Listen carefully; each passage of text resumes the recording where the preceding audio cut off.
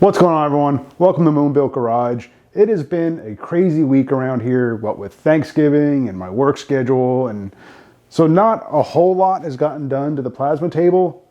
A few things have gotten done, so let me give you a quick update and show you where I'm at. So I'm at the point now where I'm ready to start trying to figure out all my cable routing and the plasma torch and everything. So I picked up some of these flexible cable troughs. I forget what these things are actually called. But I got two of them, one for here along the x-axis, along the gantry, and another one that'll be, you can see it hanging over there for the y-axis. And I took some pieces off that to extend this one because obviously this one needs more room.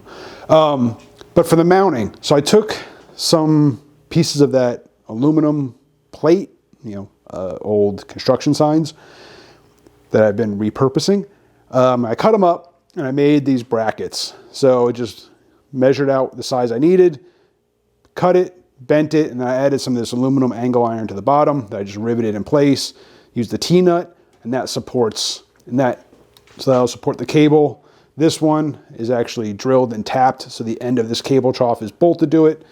And they're really secure. Actually, that angle iron goes up underneath here. See if I can focus in on that for you. There you go. So it actually runs up underneath the beam, so that'll give me all the support. Initially I ran it too long and it got in the way of the wheels that run in the trough there, so I had to trim those down. But so initially I was going to have this go all the way to the end. Realized I really don't need it. I was able to take some links out and add it to this one over here that I still not happy with how I kind of have this mocked up right now. It's just kind of hanging there. I've been messing with it. Not happy with that. But for along the x-axis here, works out really well. So this one will be here to support all the cables. They'll come into the cable trough. I'll be able to put some pieces in top to help just secure everything in there.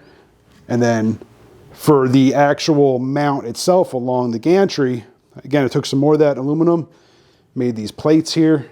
There's one on top there. Focus. One on top, one on bottom. Still got to trim the screws down. And then I actually ran it down. I bent it around, took one of those weld nuts that I use to support my rollers, drilled a hole. I took my fourth motor bracket here. Let me see if I can get a better shot of that for you. Took my fourth motor mount here, used that on the back, drilled a hole and welded that weld nut in there. Let me get this out of the way here and I'll show you. There we go. And that just goes through, and then this piece will be able to pivot on there as it needs. So I still got to trim it down, and so I've been literally getting 20 minutes here, 30 minutes there to work on this stuff. You also saw here, I started the wiring. So I picked up these electrical connectors off Amazon, both male and female, and this is what I'm going to use to wire up my motors.